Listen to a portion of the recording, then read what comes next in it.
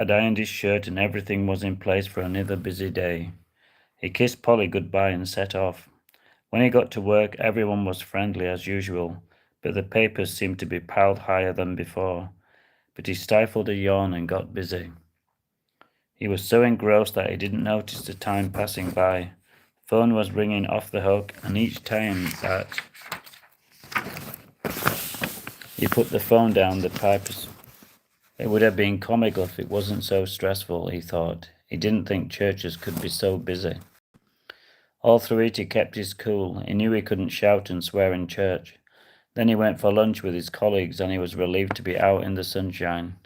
His shirt was matted with sweat and he could feel his heart beating like a hammer, but he ignored it. He told them all about his new health regime and his new girlfriend Polly, and they were all pleased for him and it felt great to be with such supportive people. Then he was back at work answering the phone and going through file after file. The mountains of letters never seemed to decrease and his mind began to wonder. It was like he'd gone from one stressful situation to the next. It felt like Groundhog Day. He began to wish that he'd brought his harmonica with him, and he imagined the looks of the faces when he took it down and blasted a tune in their ears. He'd been practicing in the quiet of the park and he'd learnt a few old tunes. That will definitely wake them up, he thought with a chuckle. He didn't tell anyone at work about his new hobby. He wasn't sure what they'd say, but he didn't care. He'd realized there was more to life than work. It was time to stop and smell the roses. He was a changed man, yet he still felt the need to prove himself. The past was holding on to him like a jealous ghost.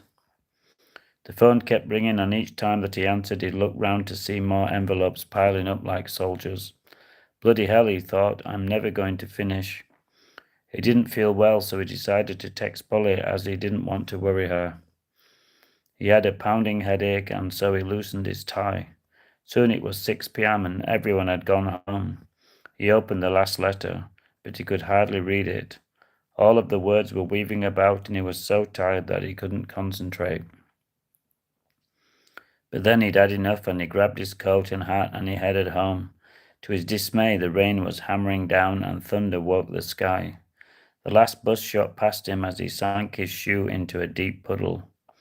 God damn, he shouted, and he continued running madly for the bus. I must catch it, he thought. He was really going for it, and then suddenly a white-hot pain shot down his forearm. His briefcase fell to the floor, and his important papers sank into an oily puddle, and the colours bled into the water. Hello, viewers. The next thing he was surrounded by a white glow, but he didn't see a white tunnel.